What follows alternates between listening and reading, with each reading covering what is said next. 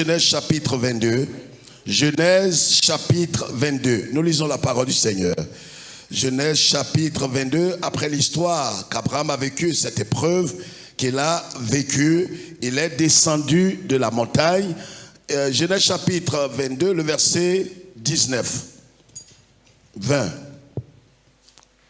Après ces choses, on fit à Abraham un rapport en disant: voici Milca a aussi enfanté des fils à Nacor. Le verset 19 d'abord. Abraham étant retourné vers ses serviteurs, ils se levèrent et s'en allèrent ensemble à Beersheba. Ils se levèrent et allèrent ensemble à Beersheba, car Abraham même demeurait à Beersheba. Amen. Amen. Laisse quelqu'un dire un amen. Amen. Parce que quand tu ne comprends pas, tu ne peux pas dire amen. Mais laisse quelqu'un dire un amen. Amen.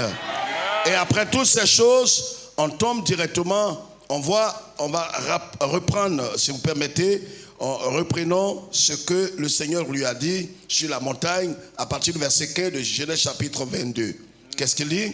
L'ange de l'Éternel appela une seconde fois Abraham des cieux. Il appela Abraham des cieux et dit, je le jure par moi-même. Dieu dit à Abraham, je le jure par moi-même. Parole de l'Éternel. Parole de l'Éternel. Parce que tu as fait cela. Parce que tu as fait cela. Et que tu n'as pas refusé ton fils. Tu n'as pas refusé ton fils. Ton unique. Je te bénirai. Je te bénirai. Je te bénirai. C'est quel temps? Je te bénirai. C'est un quoi? Le temps là? Le futur. Un quoi?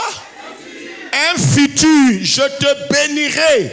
Toi tu l'as fait au présent, mais moi je viens vers toi au futur. Tu es dans le présent pour moi, mais moi comme ce que je vais faire est vaste, est grand, alors ce sera dans le futur que je vais. Alléluia. Dis à quelqu'un, tu as fait pour Dieu, attends que Dieu te fasse pour toi. En même temps n'est pas toujours mieux. Quand tu parles à quelqu'un, s'il ne te parle pas, dépasse-le. Dis à quelqu'un, tourne-toi vers quelqu'un d'autre, dis en même temps n'a jamais été mieux. Parce que quand quelqu'un veut faire quelque chose de gigantesque dans ta vie, en même temps n'est pas mieux. Parce que tu ne sais même pas ce qu'il a sur lui. Je t'annonce que ce qui arrive est gigantesque. Je peux te parler avant que tu ne t'asseyes. Mais c'est pourquoi le Christ dit, je vais vous préparer des places. Et quand j'aurai fini, je reviendrai vous prendre afin que là où je suis, vous y soyez. C'est quelle maison? Même ici, les maçons là. En une semaine, ils ont préparé, ils ont fini même un duplex. Jésus allait te préparer une maison. Lui qui a créé le ciel et la terre en 6 jours, il est en train de construire une maison depuis 2000 ans. Dis à ton voisin, c'est quelle maison ça? Assieds-toi. Donc il dit quoi? L'ange de l'Éternel appela une seconde fois Abraham des cieux, lui dit, je le jure par moi-même, parole de l'Éternel, parce que tu as fait cela, je te bénirai, je multiplierai ta postérité comme les étoiles du ciel et comme le sable qui est sur le bord de la mer, et ta postérité possédera Makabashekete. Ta postérité possédera la porte de ses ennemis. Et il va plus loin pour dire, toutes les nations de la terre seront bénies en ta postérité, parce que tu as obéi à ma voix. Maintenant ce soir, je voudrais que tu comprennes quelque chose, parce qu'on va aller très fort et il faut que tu comprennes quelque chose. Levez la tête tous, s'il vous plaît. Et vous tous qui nous suivez dans le monde entier, que Dieu vous bénisse. Le thème de nous sommes pratiquement dans la 4e semaine de ce thème profond. Le sous-thème ce soir est un peu un sous-thème qu'il faut comprendre: l'inconcevable avant l'élévation divine. Oui, ça c'est pas un thème où tu peux sourire. Si tu comprends le français très bien. L'inconcevable avant l'élévation divine. L'inconcevable avant la réalisation de la prophétie. l'inconcevable avant l'accomplissement de la promesse que Dieu t'a donnée. C'est-à-dire quelque chose. Voilà Dieu qui parle à Abraham. Qu'est-ce qui s'est passé? Abraham, Dieu lui dit, prends ton fils, ton unique, et va au pays de Moria, sur l'une des montagnes que je t'indiquerai. Il arrive là, Dieu le réveille en esprit, la montagne où il doit faire le sacrifice. Lève la tête s'il te plaît. Il trouve la montagne, il grimpe la montagne, il gravit la montagne, et puis arrivé au sommet, qu'est-ce qu'il fait? Il a ligoté son fils et il l'a placé, il était sur le point d'égorger l'enfant quand le Seigneur Dieu, dans une théophanie, et il interpelle Abraham et lui dit, Abraham, ne touche pas l'enfant. Maintenant, il dit maintenant, l'expression maintenant, Dieu prononce maintenant. Il dit maintenant, lui qui sait tout. Vous savez, quand nous marchons avec le Seigneur, il faut comprendre les plans de Dieu. Les voies du Seigneur ne seront jamais nos voies. Il y a des choses que tu es en train de faire, ce n'est pas que le Seigneur ne sait pas. Il y a des sacrifices que tu as eu à faire. Je ne parle pas de sacrifices de bêtes, des sacrifices d'animaux. Je parle peut-être des efforts, des humiliations, des épreuves, des choses que tu as traversées. Le Seigneur sait, mais il ne t'a pas encore dit maintenant. Il y a des choses que tu as eu à faire, mais tant que le Très-Haut ne t'a pas dit maintenant je vois, je sais, ça veut dire qu'il faut continuer d'obéir, de te soumettre et de continuer à marcher avec le Seigneur. Un temps viendra où le même Dieu qui t'a parlé te dira maintenant je vois, maintenant je sais. Donc ne te décourage pas.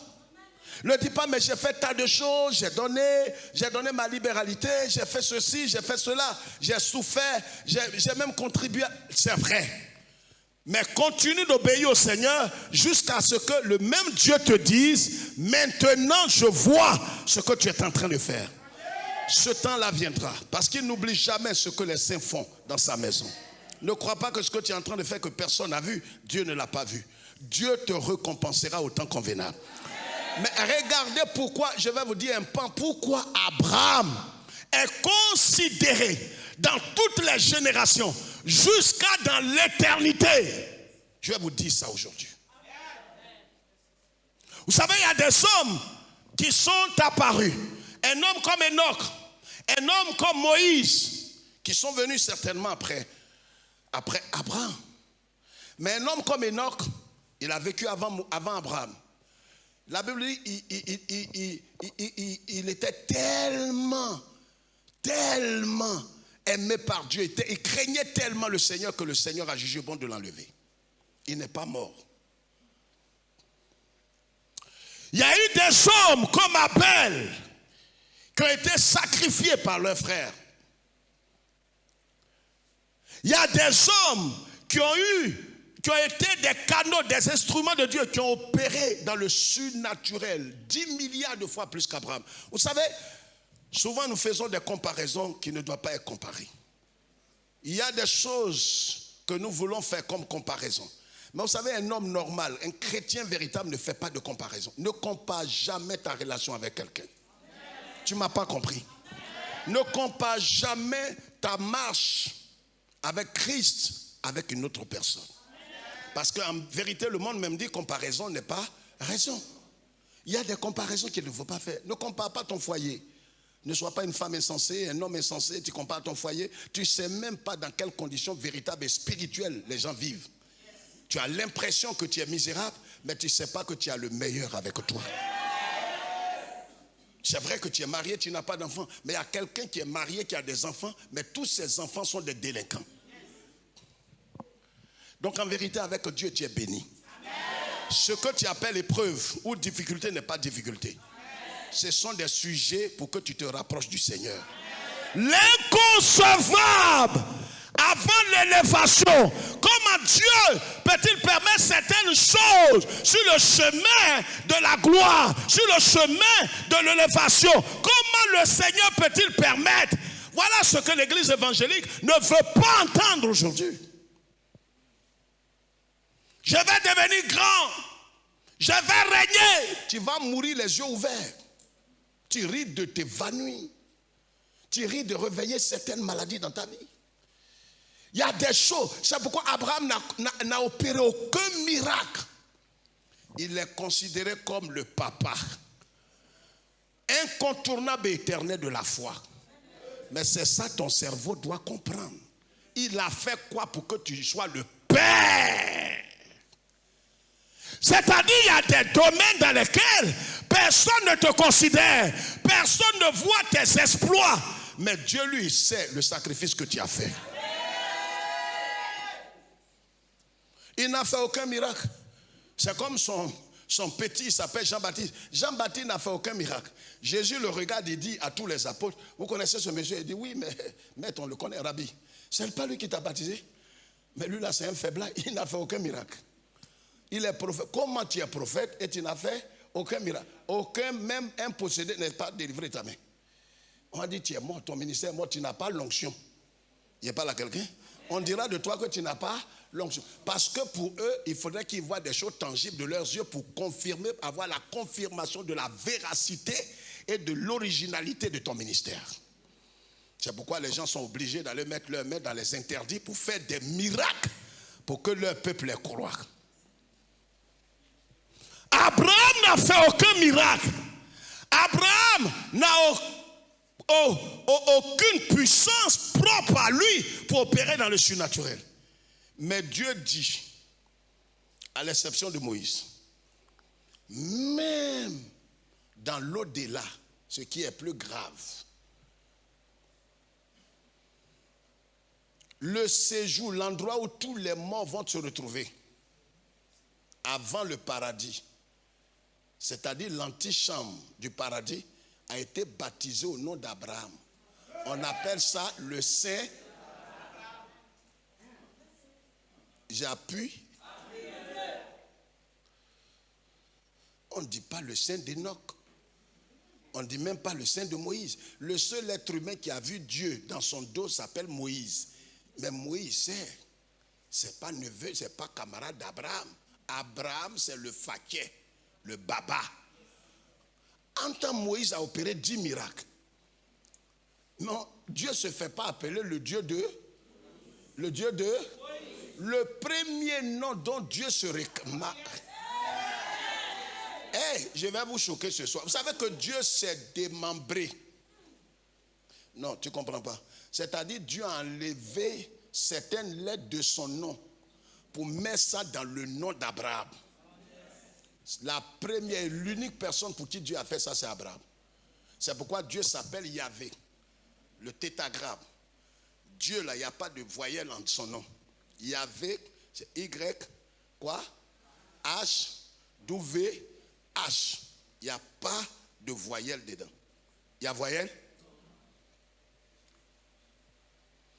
Il dit à Abraham, tant qu'on va t'appeler Abraham, ce que j'ai réservé, parce qu'en vérité, c'est à partir de toi que la terre va avoir une nation qui va coloniser toute la terre en mon nom. C'est-à-dire, je vais créer une ambassade. Et l'ambassade va sortir par terrain.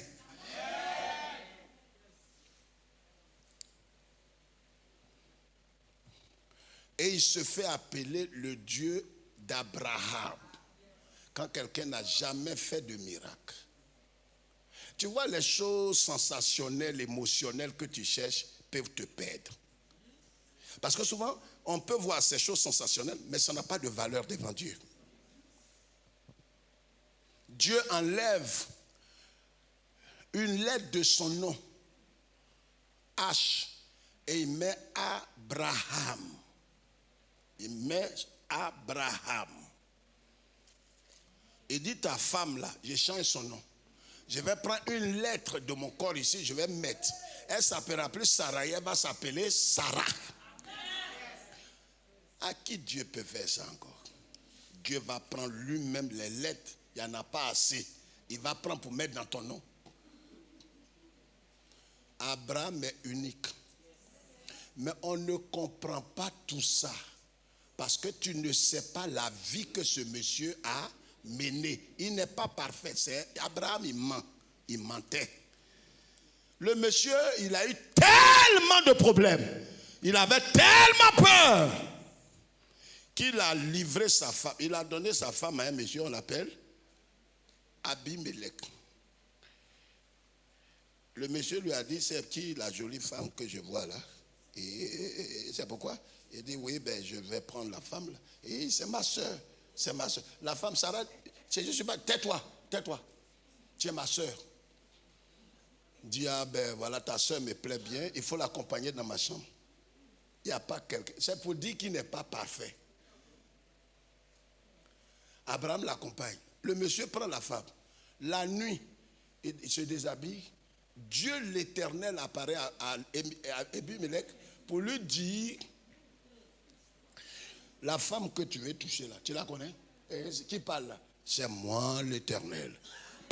Toi-même tu livres ta femme. Dieu va apparaître à quelqu'un. Est-ce que quelqu'un comprend la révélation? C'est-à-dire Dieu là, c'était l'ami d'Abraham. Mais je te dis toutes ces choses parce que ce que je vais te dire ce soir va choquer ton cerveau. C'est-à-dire ça dépend d'où le monsieur là est passé et puis Dieu fait comme ça. Vous savez, c'est comme les mamans qui sont parmi nous. Il y a des mamans ici. Vous allez voir que des mamans souvent ont un attachement particulier à l'un des enfants. C'est ça, non? Mais ça dépend de comment cet enfant est venu au monde souvent. Je parle aux mamans. On dit, ah mais pourquoi lui là il est comme enfant chouchou de maman et tout ça. Souvent même l'enfant là même est têtu. Mais personne ne peut le frapper. Parce que souvent peut-être que cet enfant là est né par césarienne. Peut-être qu'à sa naissance sa maman a failli mourir. Donc quand elle voit cet enfant, elle pense comment elle a failli perdre la vie. Donc quand toi tu touches cet enfant, je suis en train de parler de quelqu'un prophétiquement. Tu es un chouchou du Seigneur. Ta naissance a coûté la mort de son fils aîné. C'est pourquoi diable, quand le diable même fait un projet, il vient vers toi, Dieu le lime. Entre toi-même, tu ne sais même pas où tu as mis tes pieds. Dis, aide-moi Seigneur. Regardez ce qui va se passer. Abraham a vécu des humiliations. Je vais vous montrer l'un des points culminants de l'humiliation d'Abraham. Vous allez comprendre pourquoi Dieu, et pendant qu'Abraham faisait, Dieu a permis ces choses. L'inconcevable. Et c'est ce que l'église évangélique n'arrive pas à cerner, à comprendre. Parce que Dieu a dit, je vais te bénir, je vais t'élever, tu seras couronné, tu vas être multiplié, oh alléluia. Tu vas avoir un ministère pas possible, grand, qui va envahir la terre. Tu auras des églises partout. Tu ne sais pas. Tu ne sais pas. Mon fils, tu es béni. L'entreprise que tu as va être grande entreprise. Ce sera partout, on va distribuer tes produits partout. Mais tu ne sais pas entre la prophétie et son accomplissement ce qui va t'arriver. Tu ne vas pas mourir. Mais ce que Dieu va te faire faire. Quand tu vas passer par ce chemin qu'on appelle la vallée de l'ombre de la mort, même quand tu seras milliardaire, comme Dieu a fini avec toi, ça fait que même quand les gens veulent te louer, tu leur dis ils sont malades. Tu ne peux pas être orgueilleux parce que tu sais d'où tu viens. Après avoir reçu les promesses, la prophétie, Dieu lui dit, je te bénirai. Il dit, amen, alléluia Seigneur, alléluia Seigneur. Je multiplierai ta postérité, Abraham. Tu seras le plus grand de tous les temps jusqu'à dans l'éternité. Alléluia, alléluia. Ça c'est le chapitre 22. Bible là, si vous ne lisez pas, vous n'allez pas comprendre. Au chapitre 23, au chapitre 22, le verset 19, il descend de la montagne. Quand Dieu lui dit toutes ces prophéties, c'est comme tu viens, le Seigneur te parle par un prophète et tu sors, mais le Dieu qui t'a parlé ne te révèle pas ce qui va t'arriver dans 3 minutes. Abraham descend de la montagne avec les prophéties sous sa main. Comme ça. Au chapitre 23, il arrive, sa femme tombe, meurt. Écoute-moi tes 2 oreilles.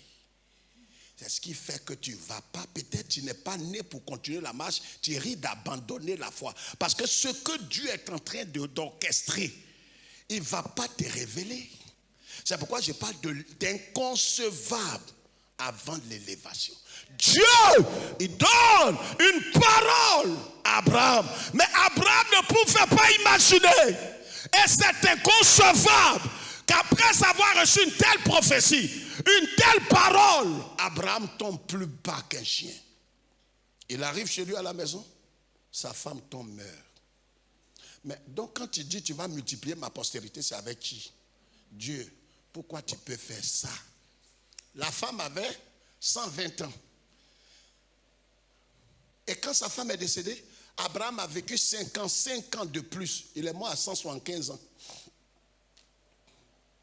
Donc les prophéties que tu as données là, ça allait s'accomplir sur la vie d'Abraham et puis quelle femme encore? Dieu. Le petit et son papa sont allés adorer Dieu.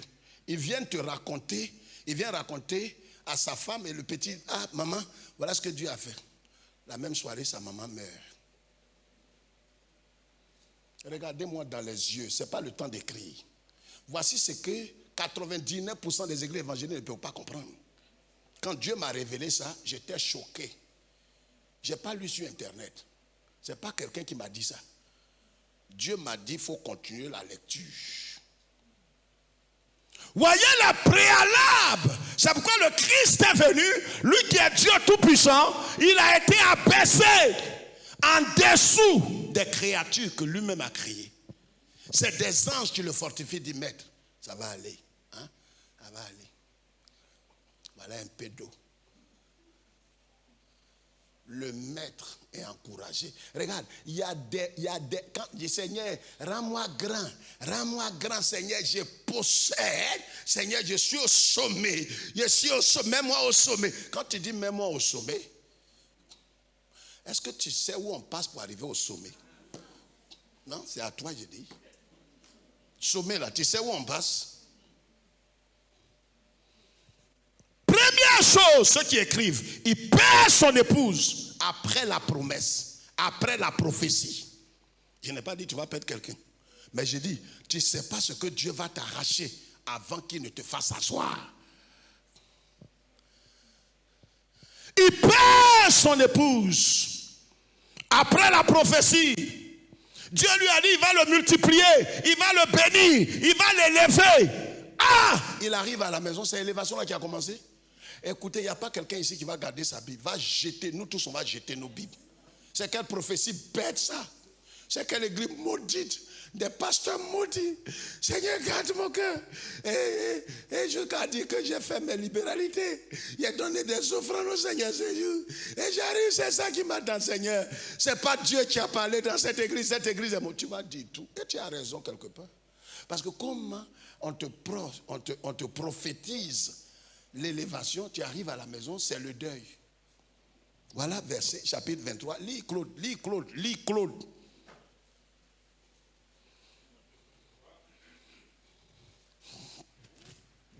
La vie de Sarah fut de 127 ans. 127 ans.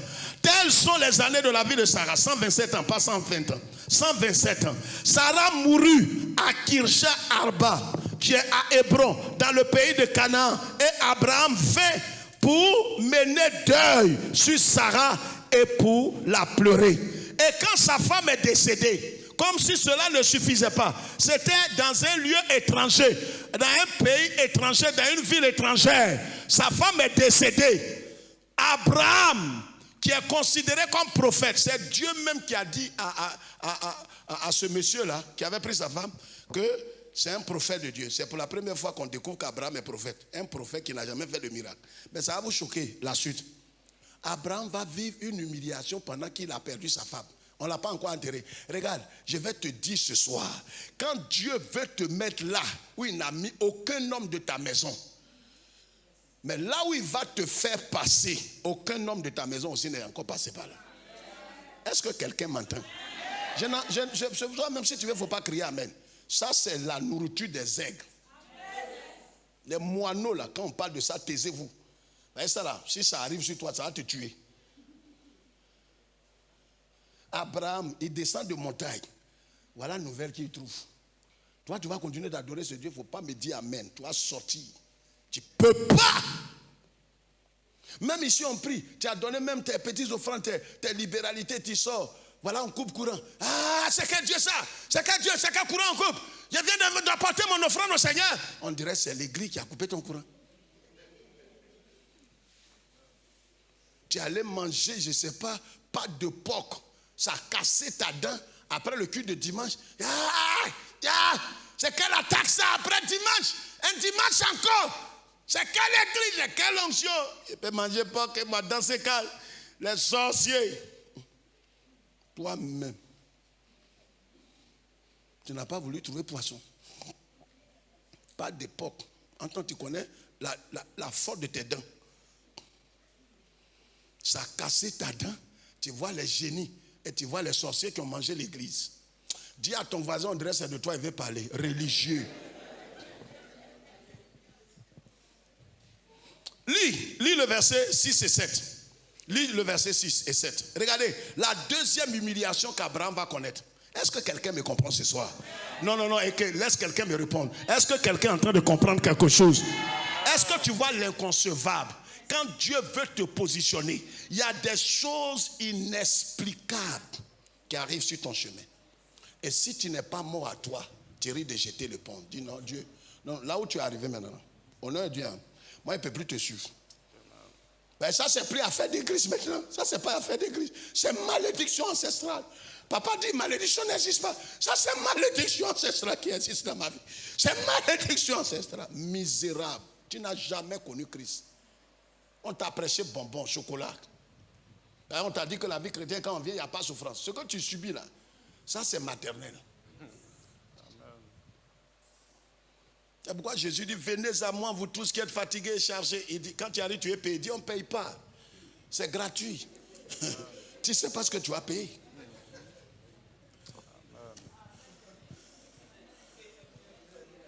Allons-y. Écoute-nous, mon Maintenant, Seigneur. les mardis, on ne dépasse pas une seule minute de 19h. Donc, allons-y vite. Écoute-nous, mon Seigneur.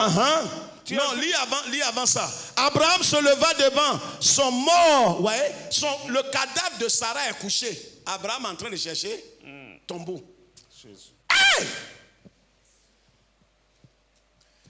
C'est-à-dire le grand Dieu. Moi, ce qui me choque est que Dieu a appelé Abraham par son nom depuis le ciel. Maintenant, tu vois, sa femme est décédée. Il n'y a pas de consolation. Regarde-moi, il y a des choses qui vont arriver. Je te montre ça ce soir pour que tu comprennes. Il y a des choses qui vont arriver. Ce que tu pensais qu'ils allaient te dire Yako, ils ne vont pas te dire Yako. Mais Dieu ne veut pas qu'ils te disent Yako parce que Dieu sait comment il va t'élever. Il y a des situations qui vont apparaître dans ta vie. Des événements où le Seigneur ne permettra même pas que les gens aient le temps de te consoler ou bien de t'encourager ou bien de t'apporter quelque chose. Dieu sait ce qu'il veut faire. C'est pourquoi quand ces choses arriveront, je ne parle pas de mort, mais quand ces choses arriveront dans ta vie, dans ta maison, il faut comprendre que Dieu a fait ça aussi avec Abraham, mais dans une dimension plus élevée. Sache que Dieu, il ne va pas te laisser tomber. Abraham, son cadavre, regarde, sa femme est décédée, le cadavre est là. Abraham tâtonne maintenant pour chercher. Il cherche quoi? Une tombe pour enterrer sa femme. Et la Bible va jusqu'à dire que Abraham fait quoi? Le verset 3 dit quoi? Devant son mort et parlait ainsi au fils de Heth. Je suis étranger et habitant parmi vous. Donnez-moi la possession d'un sépulcre chez vous pour enterrer mon mort et l'autel de devant mes yeux. Je vous en supplie. Les fils de Heth répondirent à Abraham et lui disant, écoute-nous mon Seigneur. Marabossété. Ils vont révéler qui est Abraham. Tu es prince de Dieu au milieu de nous. Tu es un prince. On te connaît, Abraham. Regarde, les païens autour de toi, les impies autour de toi, malgré que tu n'as pas ce qu'ils ont, mais ils reconnaissent la valeur que tu as là-haut. Tais-toi, laisse quelqu'un répondre. Ils connaissent ta valeur. Les païens que tu traverses, ils savent que tu n'es pas un impudique, tu n'es pas un buveur, un alcoolique, tu n'es pas un pervers. Ils savent ça. La preuve en est qu'il y a certaines choses qu'ils veulent faire. Quand ils te voient venir, ils disent le pasteur arrive.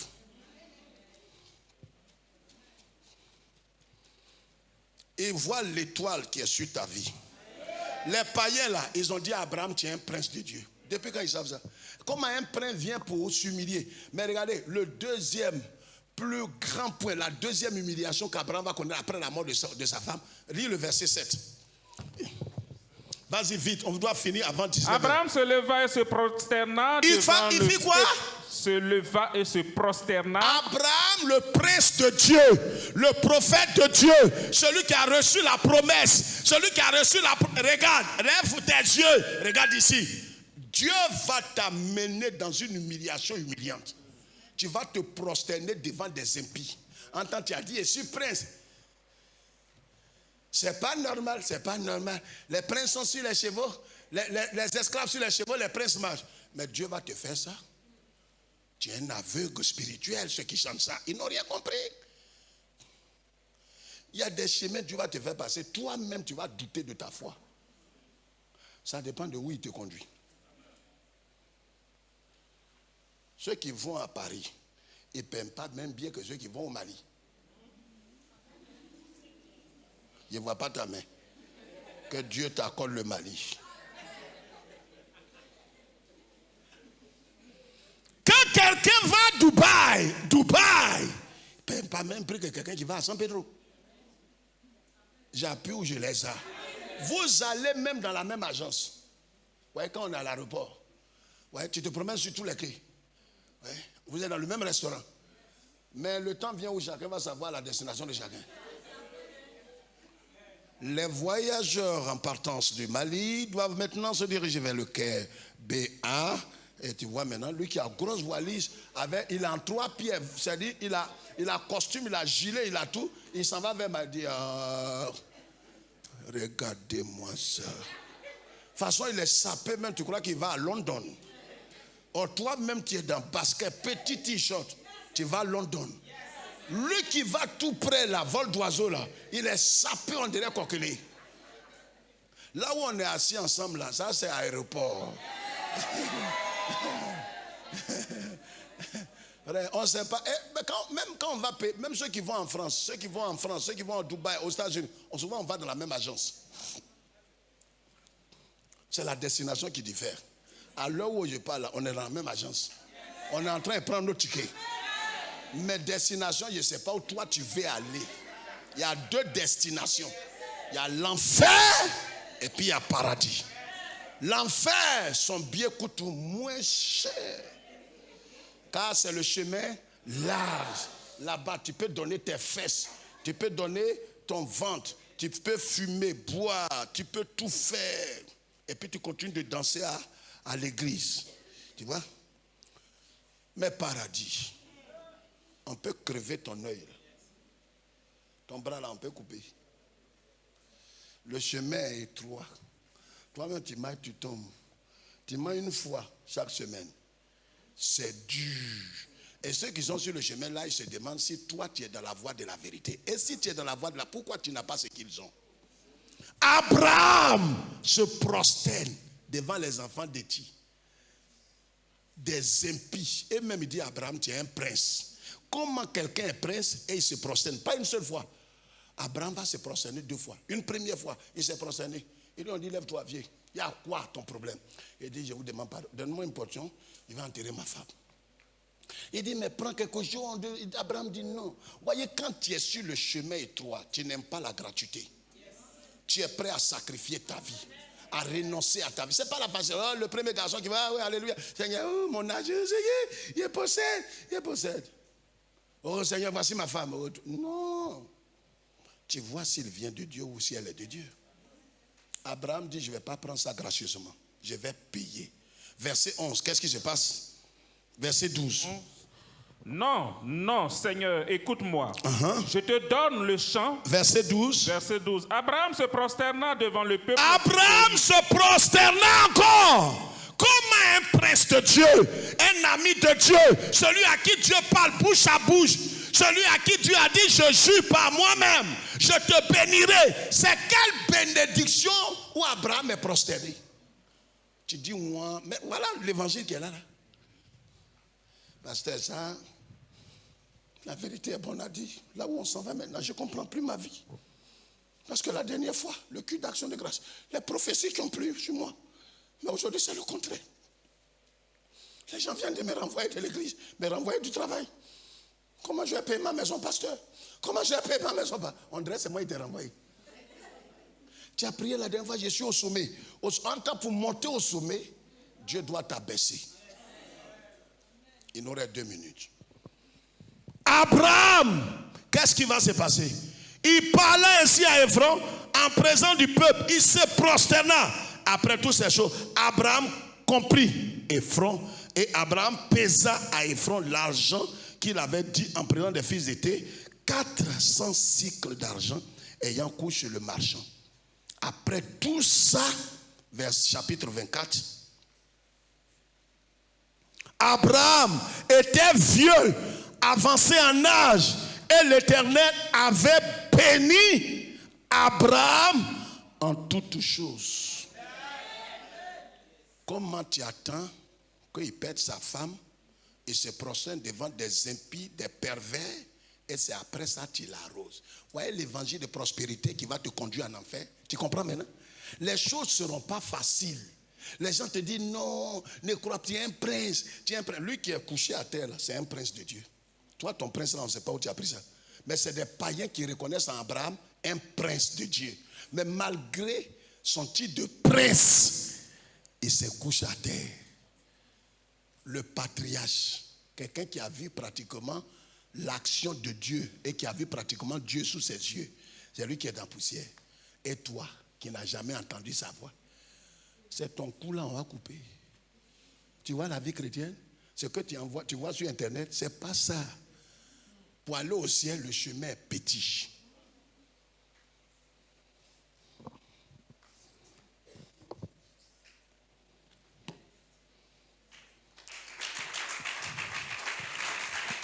Je lève les yeux vers les monts. Tout me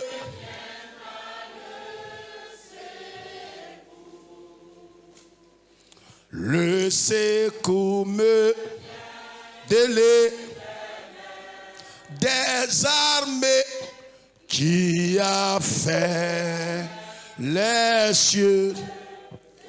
Levons les mains plus vers Dieu. Éternel, que ton nom soit béni. Seigneur, que ton nom soit sanctifié, soit glorifié. Nous sommes venus, tu nous as éclairés, nous avons compris que malgré la prophétie, malgré les promesses, il y aura des choses inconcevables, des choses difficiles. Mais Seigneur, malgré tout cela, tu ne nous abandonneras jamais. Seigneur, tu accompliras ta prophétie, ta parole, Seigneur, que tu as prononcée sur notre vie. Nous prions, si quelqu'un était en train de traverser ces vallées comme Abraham, donne-lui la force et la capacité. Et bénis-nous tous. Et permets que vendredi nous soyons là pour rester dans l'esprit de prière. À toi seul toute la gloire, au nom de Jésus. Et un élu dit Amen.